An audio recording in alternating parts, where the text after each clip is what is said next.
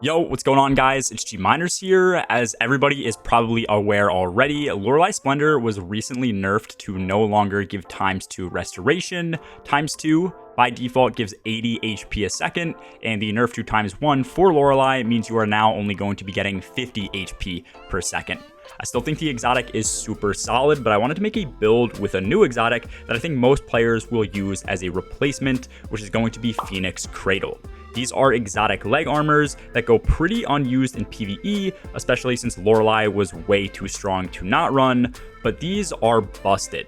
These allow Soul Invictus to last twice as long, but more importantly, they allow allies to also benefit from Soul Invictus and restoration as they pass through our sunspots. If we just take a quick glance over at Soul Invictus, you're going to see that we are generating sunspots for our team through our ability kills, and these sunspots are going to automatically improve our ability regen for each ability and give us restoration. For comparison, healing rifts only give 40 HP per second, so with sunspots, we're going to be getting a 25% stronger healing rate, and we can spawn them all over, so this exotic makes healing rifts next to useless.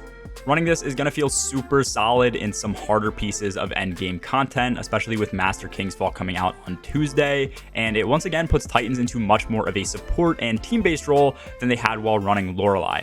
I even took this build into the Master Nightfall this week solo and the Legend campaign where I was 15 power levels under, and it felt fine. We are constantly healing through sunspots and cure we get with the build, so in the endgame, it becomes pretty hard to die even while solo. And considering this is a team-based exotic, adding 2 or 5 additional players to the mix is going to make it even stronger.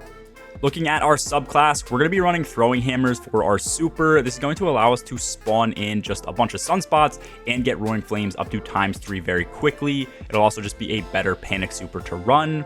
And then after this, the main thing we are going to be utilizing in this build for kills and survivability is going to be the throwing hammer.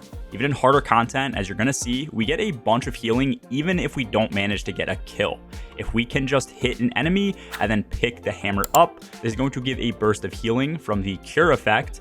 And then as you will also see later in the build with Soul Invictus, this is going to spawn in sunspots on kill, and then that's going to trigger restoration. So we get chunks of healing and constant health regeneration with the build.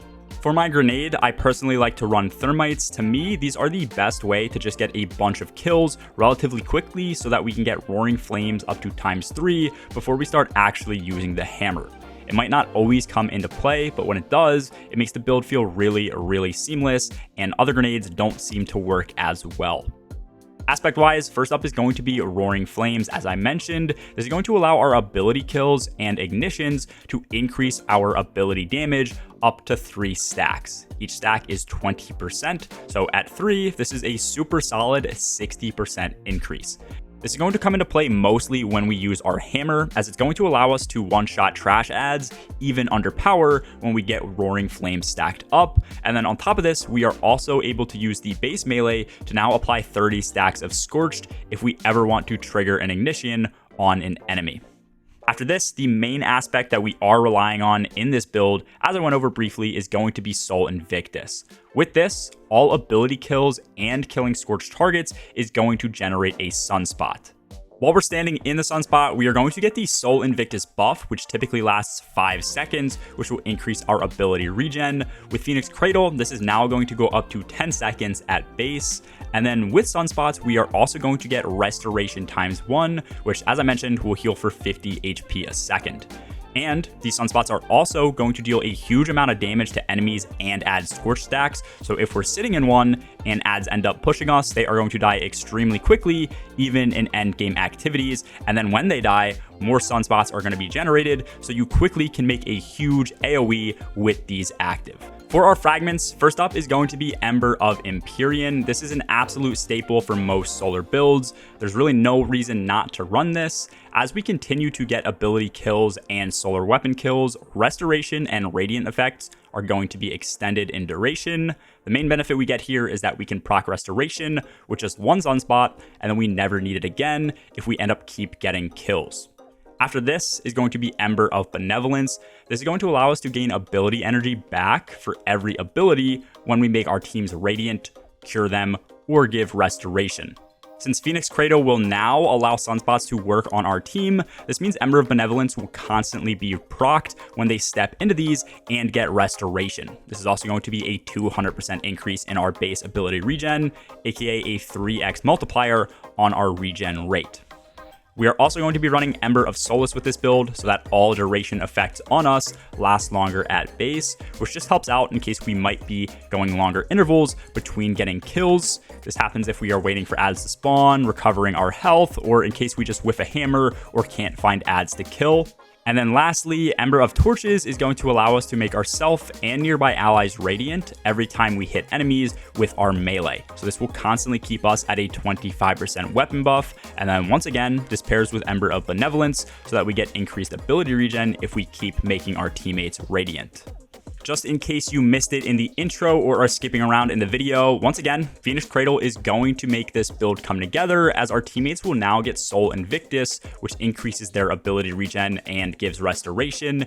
And this is just from stepping in the sunspots that we generate. Since we are using Ember of Empyrean, you are also going to want to have a solar weapon on. You don't need this because you are getting a lot of ability kills, but in a lot of situations where enemies are further away or just spread out, something like a pulse rifle, waveframe, or SMG helps a ton. As far as mods go, we are going to be utilizing elemental wells here. For our first mod, we have Explosive Wellmaker. This will allow our grenades and sunspots to generate solar elemental wells. If you find that you heavily rely on just the hammer in this build, then I would recommend Melee Wellmaker instead, but Explosive tends to be a bit more versatile.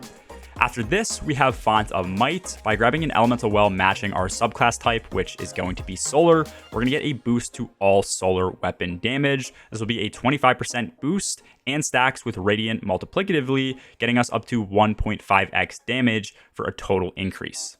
After this, the last mod that I like to run is going to be Well of Life. I think Well of Life by itself is pretty trash. I mean, it only gives 13 HP per second, but if we end up combining this with Restoration ×1, we're now getting up to 63 HP per second. So instead of a 37.5% decrease from ×2, we're now only at a 21% decrease, which is way less impactful. I think this build is super solid for teams that want to have synergies when they raid and have some more supportive builds. And if you end up combining the regen we get from Soul Invictus with the regen that something like Warlocks get with their various grenade builds, this is going to make abilities come back way quicker.